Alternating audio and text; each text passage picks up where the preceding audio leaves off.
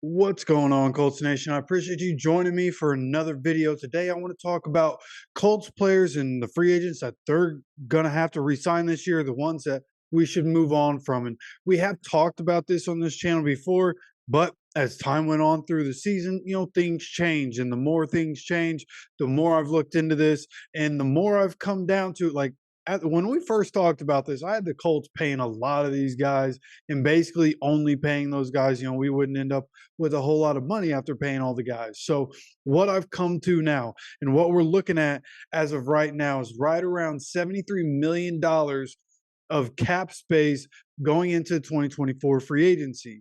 Now, the thing there is that the actual cap number has actually been higher than the projected cap number over the last few years. So we'll see what happens in the future. For the purposes of this video, we're just going to say ends up $75 million for the Colts. And in the instance that is what happens, then starting at the top with the most important I think we would all agree, the most important free agent for the Colts to resign is Michael Pittman Jr. That is a must have, at least in my opinion. I know not everybody agrees that it's like must have them, but in my opinion, like Michael Pittman Jr. is somebody that we need to re-sign. Whether we end up going into free agency and get another receiver, or we go into the draft and get another receiver, whatever the case is, Michael Pittman Jr.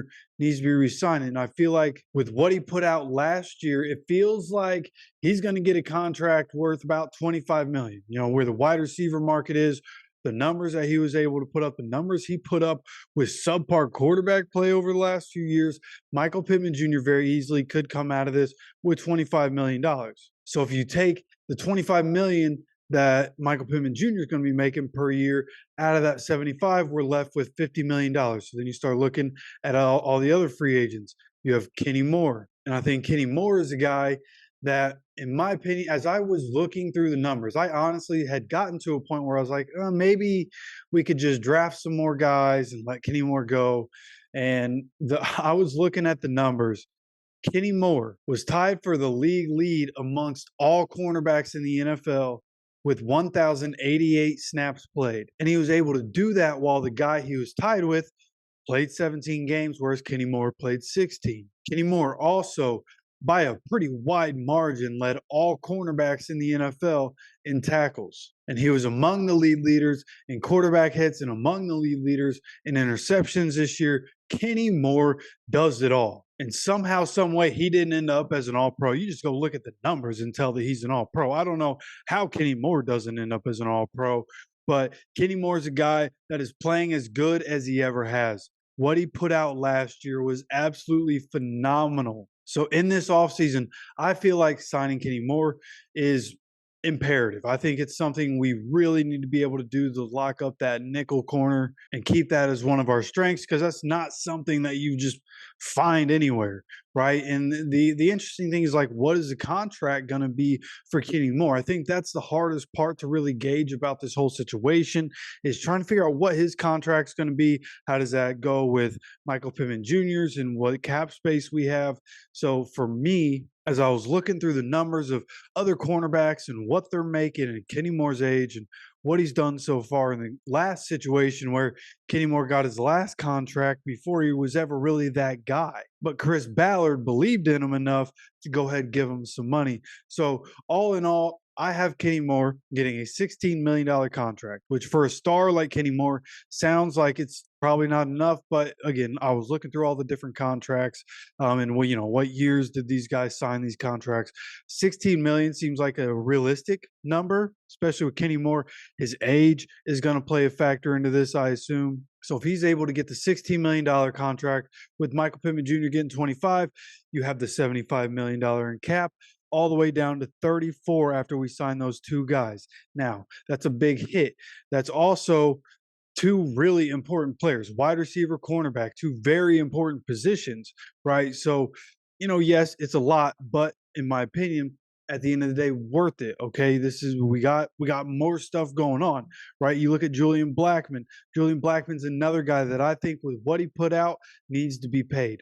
I also think that because of the injuries in the past, there's going to be a little bit of a like, hey, we can't just go giving you the biggest bag of all the safeties in the league. There's got to be some understanding. He wasn't able to finish this season, right? Played amazing, but wasn't even able to finish this season.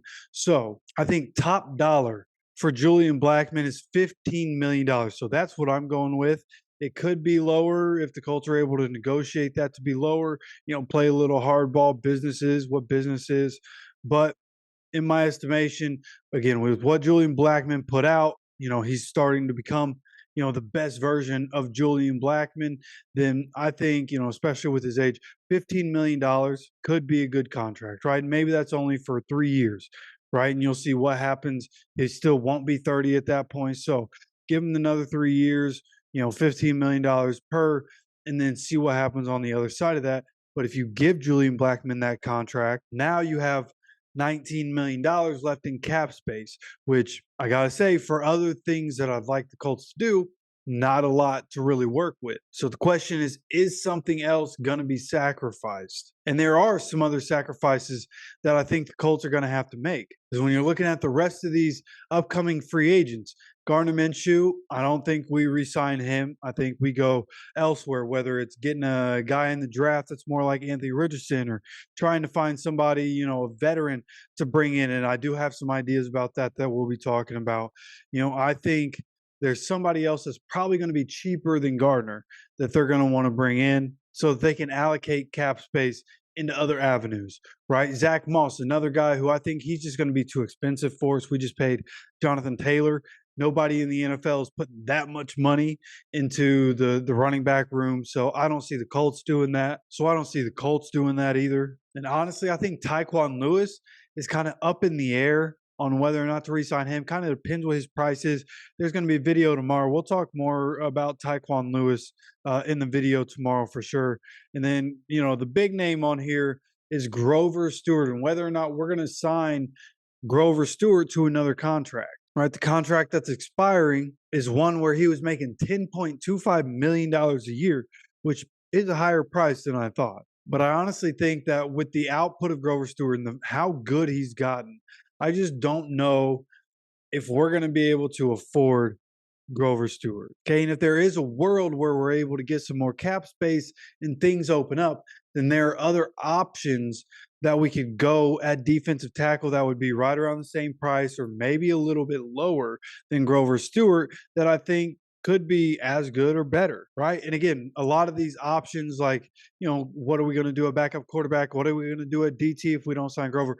All these other things, other guys that we might bring in, we're going to talk about this in the future. So make sure you subscribe with notifications on so you get notified when those videos do come out.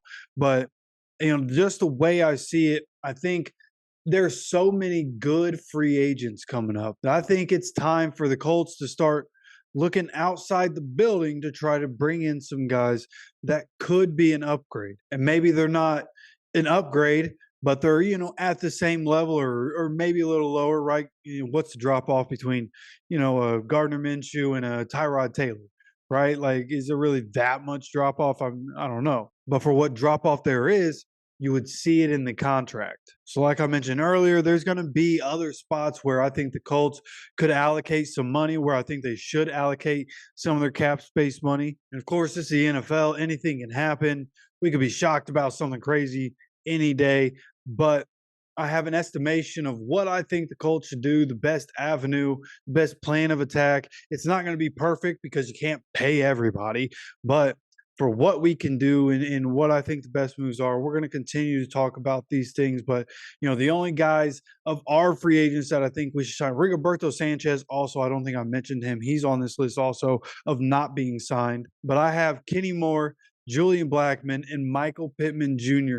being the three guys from the Colts building that they should pay to bring back. I think those are three guys that are stars at their position, and I think we're going to need them if we're going to try to win a Super Bowl on Anthony Richardson's rookie contract. Okay, and I'd love to know what your opinion is on all this. Again, we're going to have so much about free agency, so many things I've been thinking about, so many different videos to come out over the coming weeks. So go ahead, hit that subscribe button. Make sure you have those notifications turned on so you get notified when all those videos do come out.